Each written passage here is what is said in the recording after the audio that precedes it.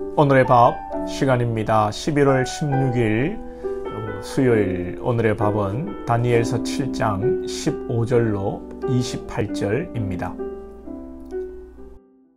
나 다니엘이 중심에 근심하며 내 머릿속에 환상이 나를 번민하게 한지라.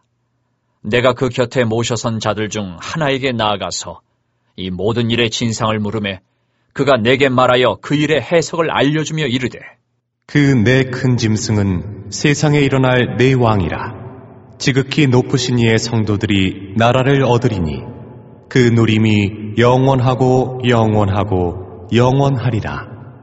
이에 내가 넷째 짐승에 관하여 확실히 알고자 하였으니 곧 그것은 모든 짐승과 달라서 심히 무섭더라. 그 이는 쇠요 그 발톱은 노시니 먹고 부서뜨리고 나머지는 발로 밟았으며 또 그것의 머리에는 10뿔이 있고 그 외에 또 다른 뿔이 나오매 3뿔이 그 앞에서 빠졌으며 그 뿔에는 눈도 있고 큰 말을 하는 입도 있고 그 모양이 그의 동류보다 커 보이더라. 내가 본즉 이 뿔이 성도들과 더불어 싸워 그들에게 이겼더니 옛적부터 항상 계신 이가 와서 지극히 높으신 이의 성도들을 위하여 원한을 풀어주셨고 때가 이르매 성도들이 나라를 얻었더라. 모신 자가 이처럼 이르되 넷째 짐승은 곧 땅의 넷째 나라인데 이는 다른 나라들과는 달라서 온 천하를 삼키고 밟아 부서뜨릴 것이며 그 10뿔은 그 나라에서 일어날 10왕이요 그 후에 또 하나가 일어나리니 그는 먼저 있던 자들과 다르고 또 새 왕을 복종시킬 것이며 그가 장차 지극히 높으신 이를 말로 대적하며 또 지극히 높으신 이의 성도를 괴롭게 할 것이며 그가 또 때와 법을 고치고자 할 것이며 성도들은 그의 손에 붙임바 되어 한 때와 두 때와 반 때를 지내리라. 그러나 심판이 시작되면 그는 권세를 빼앗기고 완전히 멸망할 것이요 나라와 권세와 온 천하 나라들의 위세가 지극히 높으신 이의 거룩한 백성에게 붙임바 되리니 그의 나라는 영원한 나라이라. 모든 권세 있는 자들이 다 그를 섬기며 복종하리라. 그 말이 이에 그친지라. 나 다니엘은 중심에 번민하였으며 내 얼굴빛이 변하였으나 내가 이 일을 마음에 간직하였느니라. 다니엘서 7장의 내용은 다니엘이 환상을 보고 해석하는 내용입니다. 1절에서 14절이 환상이고 오늘 본문이 환상에 대한 해석입니다. 자, 해석인데 해석을 다시 해석해야 합니다. 그만큼 어렵습니다. 사실 다니엘서 6장까지는 좀 쉽습니다. 그냥 그대로 이야기입니다. 이야기처럼 받아들이면 쉽습니다. 근데 이제 다니엘이 앞으로 일어날 일에 대해서 환상을 보고 이 해석에 대한 애매한 부분이 있습니다. 다니엘서가 풀무불 이야기, 사자굴에 던져진 이야기만 나오는 것이 아니라 이 묵시의 예언적 문학이기 때문에 어려운 부분이 있습니다. 그러나 예수 그리스도 안에서 보면 어려울 것도 없습니다. 특히 오늘 본문에도 나오는 한때, 두때 이런 말을 가지고 뭔가 특별한 게 있는 것처럼 말하고 여기에 혹하는 분들도 있는데 그러지 마시고 성경의 전체의 흐름을 잡고 가시면 오늘 말씀도 저 시골에 할매도 다 이해할 수 있는 내용입니다. 다니엘이 본 환상에는 4짐승이 나옵니다. 사자와 같은 데에 독수리 날개를 단 짐승, 또 곰과 같은 데에 몸 한쪽을 들었다는 짐승, 세 번째는 표범과 같은 짐승, 네 번째는 무섭고 놀라운 짐승. 이 네 번째 짐승이 다른 짐승과 좀 다릅니다. 그래서 오늘 본문에서 자세하게 또 언급을 하는 것이죠. 시간 관계상 다 설명하기는 어렵고 사자 같은 짐승은 바벨론을 이야기하는 겁니다. 곰과 같은 짐승은 바벨론 다음에 일어나는 메대와 바사, 그리고 표범 같은 짐승은 헬라 제국, 그리고 네 번째 짐승은 로마 제국을 상징하는 것입니다. 이 마지막 짐승에서 10뿔이 일어난다고 합니다. 앞에서 보았던 금신상 10발가락과 같은 개념입니다. 유럽의 10개국이 아니라 유럽을 비롯한 수많은 나라들, 열방을 상징하는 숫자입니다.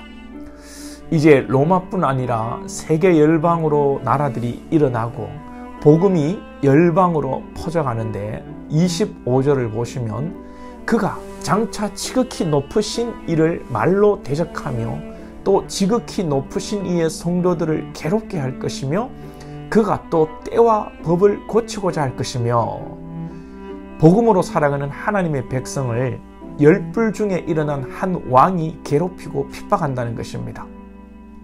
사실 앞으로 일어날 일이기도 하지만 이 인류 역사 시작부터 누가 하나님의 백성을 괴롭힙니까? 사탄 마귀입니다. 이 사탄이 개인의 인물로도 역사하기도 하고 나라로 역사하기도 하고 때로는 이념으로 역사하기도 합니다. 이 공산주의처럼 말입니다. 이 다니엘서의 예언은 누가 꼭 적그리스도다, 언제 하나님이 어느 때에 몇 시에 재림한다라는 것을 말씀하는 것이 아닙니다. 다니엘 뒤에도 나오는 오늘 본문 25절에 한때, 두때와 반때, 이 날수에 대한 해석들이 분분하지요. 계시록에도 이 말이 나오고요. 다니엘서에 기록된 이 한때와 두때와 반때는 명확하게 숫자적으로 3년 6개월입니다. 왜냐하면 다니엘서는 히브리어가 뿐만 아니라 이 아람으로 명확하게 기록되어 있습니다. 히브리어는 한때, 두때, 반을 해석하기가 애매하지만 그러나 아람어는 명확하게 숫자적으로 3년 6개월입니다. 로마가 이스라엘을 완전히 무너뜨렸는데 3년 6개월이 걸렸다고 하는데 정확한 팩트인지는 모르겠습니다. 팩트이든 아니든 그게 중요한 게 아닙니다. 분명히 하나님은 사탄의 핍박, 이 하나님의 백성은 사탄의 핍박을 받게 되어 있고 특별히 마지막의 때에 대환난의 시기에 하나님께서 특정한 기간 동안 신앙의 핍박을 받게 된다는 것입니다. 그리고 중요한 것은 우리가 이것을 견뎌내야 한다는 것입니다. 사랑하는 여러분, 적그리스도가 나타나서 정말 믿는 사람의 어떤 동선과 모든 생활을 인간에게 어떤 칩을 넣어서 통제하고 자유를 뺏는 날이 오는 것도 무서운 일이지요. 여러분, 뿐만 아니라 지금 이 시대도 만만치가 않습니다. 핍박의 시대, 대환난의 시대가 오면 어떡하냐고 겁을 내고 걱정하고 참 지금은 좋은 세상이다, 그렇게 여러분 우리가 말하지만 지금 이 시대는 교묘한 시대입니다.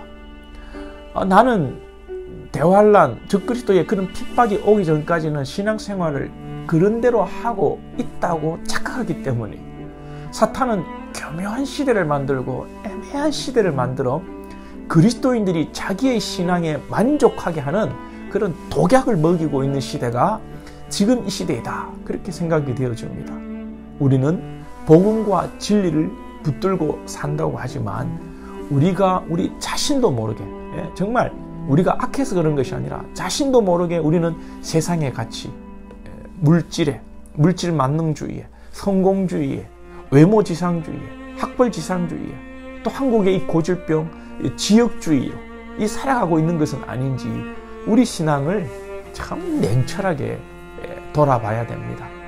로마 시대에는 칼로, 사자굴로, 톱으로, 십자가로, 불에 사람을 태워 죽이는 화형으로, 또 앞으로 마지막 때에 적그리스도가 무자비한 핍박을 가할 것입니다. 저는 분명히 로마 시대를 신앙으로 살아낸 사람들처럼 마지막 적그리스도 시대에 하나님께서 남겨두신 그루터기와 같은 자들이 있다고 믿습니다. 문제는 오늘을 살아가는 우리입니다. 문제는 오늘을 살아가는 나 자신입니다. 여러분의 신앙은 건강하십니까? 여러분은 지금 진리에 굳게 서 계십니까? 기도하겠습니다. 하나님 아버지, 다니엘 말씀을 통하여서 바빌론 제국과 메데바사, 헬라 제국, 로마 제국의 역사를 말씀하시고 또 그것을 통하여서 세계의 역사와 앞으로 닥칠 환난을 말씀하시는 것을 보게 됩니다. 하나님, 우리는 성경을 가지고 늘 편하게 현학적으로 미래를 이야기하고 이것이 맞니 저것이 맞니 참 태평스러운 그런 마음의 여유를 가지고 살 때가 있습니다. 오늘 이 하나님의 말씀 앞에 오늘 과연 나의 신앙은 적그리스도가 사탄이 어떻게 나의 신앙을 갉아먹고 있는지, 나는 정말 건강한 신앙인지, 나는 정말 진리에 굳게 서 있는 신앙인지 주님 돌아보게 하여 주시고 믿음으로 굳게 살아가고 하나님이 기뻐하시는 이 세상의 것들을 기뻐하는 것이 아니라 하나님이 기뻐하시는 것들을 기뻐하며 진리를 쫓아 믿음으로 나아갈 수 있는 우리 권속들이 되게 하여 주시옵소서. 아버지, 과거를 원하고 미래를 원할 것이 아니라 오늘 이 시대를 분별할 수 있는 영의 눈을 우리 모든 성도들에게 주시고 이 시대를 분별하고 분석하고 나의 신앙을 이 시대 가운데 바로 세워갈 수 있도록 주님 인도하여 주옵소서. 예수님의 이름으로 기도하옵나이다. 아멘.